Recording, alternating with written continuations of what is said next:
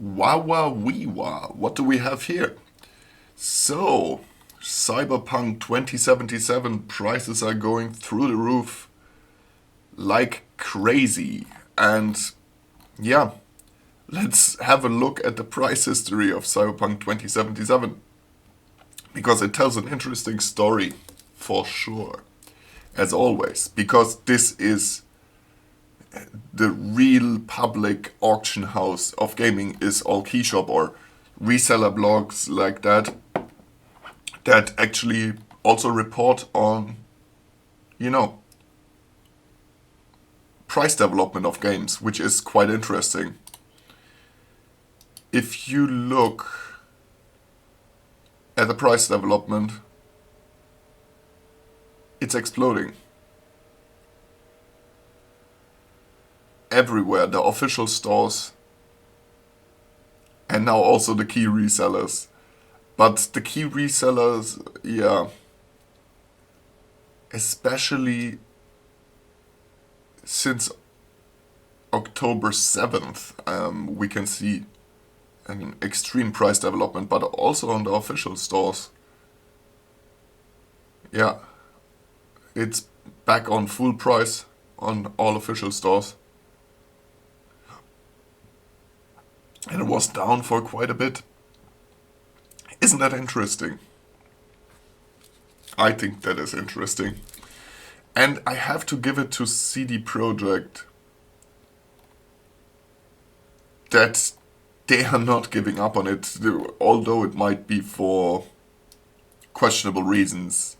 You know, because they are a public company, they have investors, they have a huge IP which they worked on for 10 years.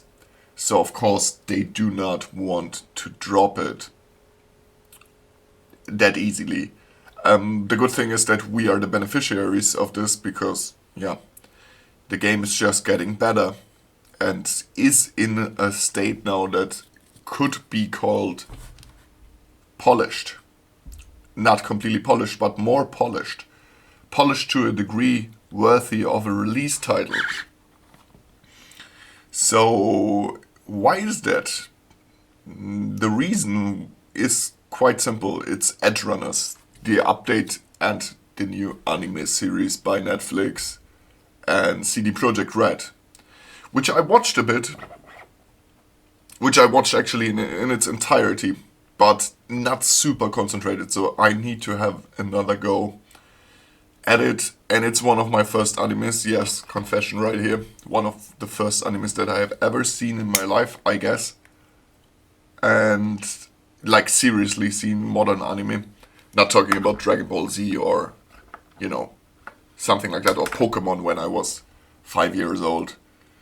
And I liked it, and yeah, it rejuvenated the world of Cyberpunk, which is great.